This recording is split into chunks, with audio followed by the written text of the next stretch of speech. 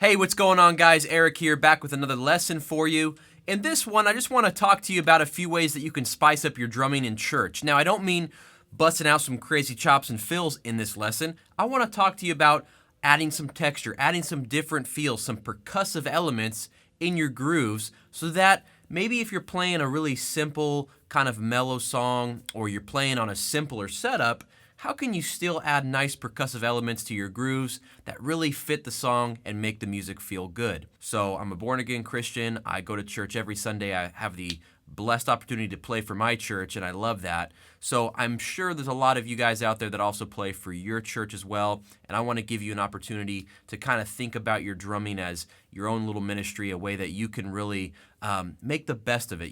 Go and play and give it all you got. Sometimes you're playing a simple song, and there's what I mean by that is you don't need to think that you have to play out and play crazy. The attention's not about you. It's not about getting attention on you, especially when you're playing for church. You really want to just kind of be in the back just to give that, keep that music steady, keep the time, give it what it needs. And sometimes all you need is just little elements, some little tasteful things that you can add in. So that's what we're going to do in this lesson. So I really think any drummer, but especially a drummer for church, where you want to add some textural, finer elements to your drum sound, every drummer should have the following. You should have some tambourines on hand, okay? Because this is always just a help for the audience to clap along or know where the beat's at. It also just goes well with the type of music we play in church. So this is a cool little one you can just put on your hi-hat. So this one's great because if you're playing a groove and you just want a little bit of presence with a tambourine and you can keep time with your hi-hat, there you go. Works perfect, stays out of your way when you're playing your hi-hat as well. So I really like this little one, but if you want to have a more stronger presence, you can see the difference and hear the difference. That has a lot more ching to it, so that one is going to really stand out more. The only thing is sometimes these will kind of drift around, so the other one will stay in place. So just a little tip there. The next one is a shaker. You gotta have a shaker. I'm telling you what, man, every time I whip out the shaker, it's like some magic weapon. Everybody's just like, oh my gosh, the shaker. Every worship leader is like, oh, that shaker is amazing. Everybody just loves the shaker. I don't know why, but the shaker just does magical things. I have many different shakers. If you want a finer sound, really crisp, love this one. Meinl, of course, they make all the best stuff. This one, a little thicker, okay? Sounds great as well. So a couple shakers on hand. Now, also, what's in your stick bag? You should always have your drum key, of course. You should always have a couple sticks. But if you guys want to play with some kind of mallets here, these are CT1 General Vic Verth. I don't really know, but great for more of a boomy sound on the toms. All right. Some nylon brushes. If you want to do some fancy stuff, when you're really you turn your snare off, you do some. Okay, let's do a little experiment here. So, get your tambourine out. Okay. Get your nylon brushes. I like these if you want to have a little bit of thwack to it. If you just do regular brushes, it could be very quiet. This have a little bit of a thwack. Okay, so you get your hi-hat, your tambourine on, turn your snare off.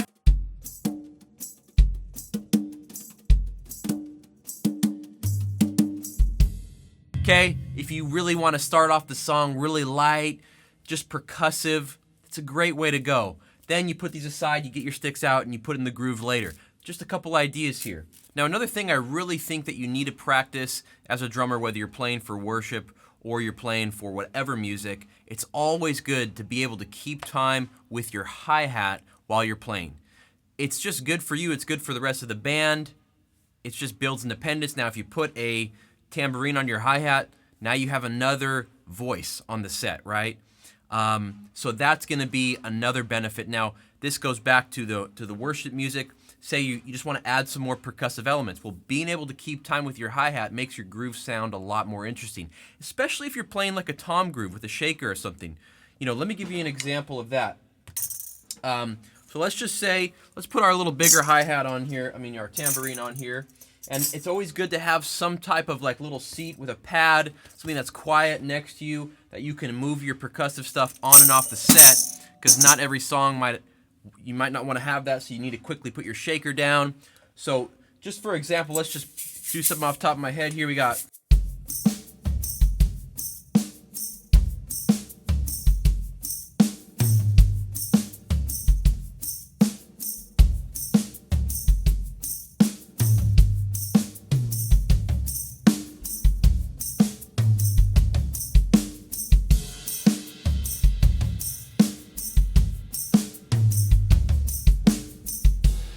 just an example of a nice groove. So I'm counting the ands with my hi-hat. 1 and 2 and 3 and shaka shaka shaka shaka shaka.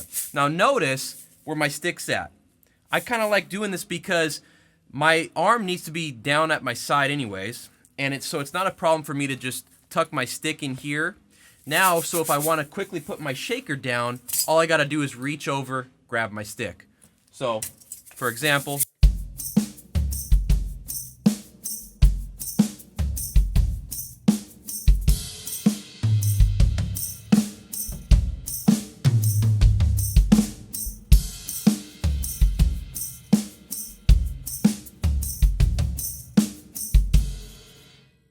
just a couple practical tips for you to be able to switch your stick out, because I've learned the hard way by just literally dropping the shaker on the floor when I don't need it, just throwing it. But it adds extra noise that you don't need. It's good to be able to just do a quick tuck. You can do it in this arm too if you want, but I think it's a little harder to reach, so I just put it on this one.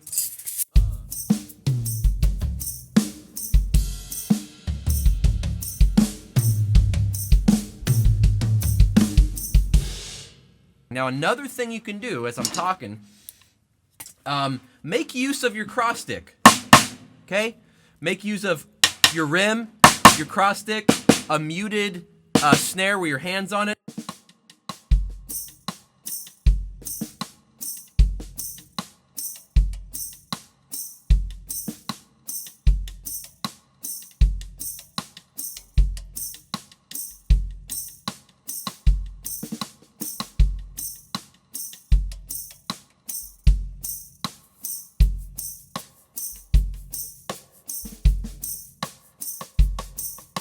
Use what you have at your disposal and get creative, get percussive, okay? That's part of being a really good drummer, and I want you guys to practice that, especially if you're drumming for church like me. I think it'll be helpful for you. And the last thing I would say regarding playing for church, and maybe we'll do more lessons on this. If you guys like this kind of lesson right now where we're talking about playing for church, leave comments down below. Tell me if you want to learn anything or if you like these kinds of lessons where we're talking about more of this church drumming aspect. I can do more lessons on this in the future. I want to do lessons for you guys, for the YouTube community here. So let me know what you guys like. But the last thing I was going to say about this topic is space in your grooves. You don't always need to fill up every space. Sometimes one of the best things you can do for the music is leave room, leave space. So I think that tom grooves are very popular and useful in worship music because you're doing a lot of these builds, okay? And what you don't want to do is overplay in your tom grooves. So let me show you maybe an example of overplaying versus leaving space. All of this is just off the cuff right here, but I'm just thinking, okay, so let me think of a busy kind of tom groove.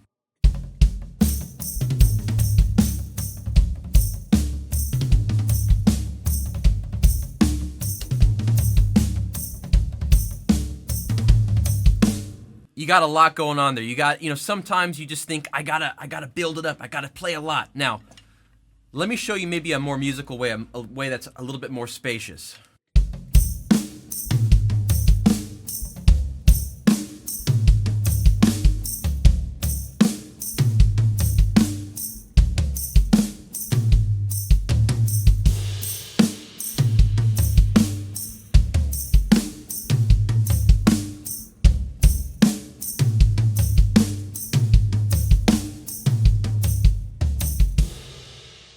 That's even busy. You can make it even more roomy than that. It depends on what the music needs, but I'm just saying, don't think you got to add all these little 16th note, things like that in your tom grooves, to make it exciting. You don't need to do that.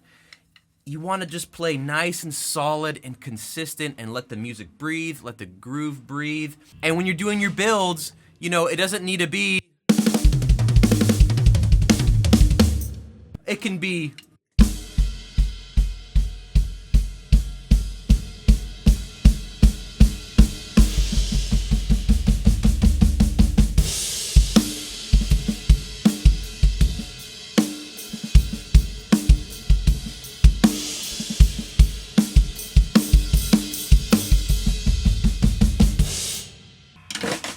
the groove felt so good I just had to keep going. But anyways, you know what I'm saying.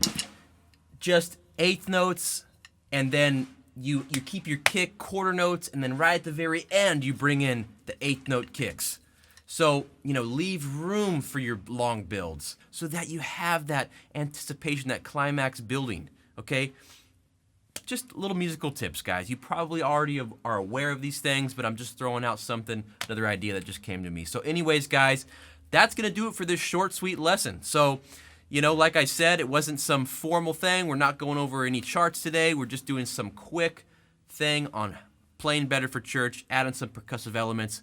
So let me know if you guys like this kind of just free-form quick lesson, because I can throw these in throughout the week even easier than some of these other lessons where I really got to write it out and put a lot more time in the editing. So like always, guys, thanks for tuning in to this video. Make sure you leave a thumbs up. It really helps the algorithm. Also, if you guys want some free resources, I want to hook you up, okay? We got 5 free practice tracks you can get right now. Just hit the link down in the description. These are all different genres of music that you can practice to. Make sure you get that in over the weekend. And if you guys want another free resource, you really want to build a solid foundation on the drums, but maybe you're a self-taught drummer that's been playing on your own for many years, you may have skipped over some really key fundamental things in your drumming that you aren't even aware of, or that you know you just kind of haven't dealt with yet. There's a free training that you can sign up for. It's completely free. You just type in your email and your name, and you get ushered right in to watch this whole webinar. It's a 30-minute in-depth training class I put together that you can stream on your phone, and it really looks at like the fundamental key pillars of drumming that you can't ignore if you want to be a good player. I go through a lot of material in that, so it's something that you can watch at any time. Super useful and helpful for all drummers, whether you're a beginner or you've already been playing for a long time, but you need to kind of touch up on some things. So anyways, guys, take advantage of those free resources. Thank you guys for watching, and I'll see you on the next video.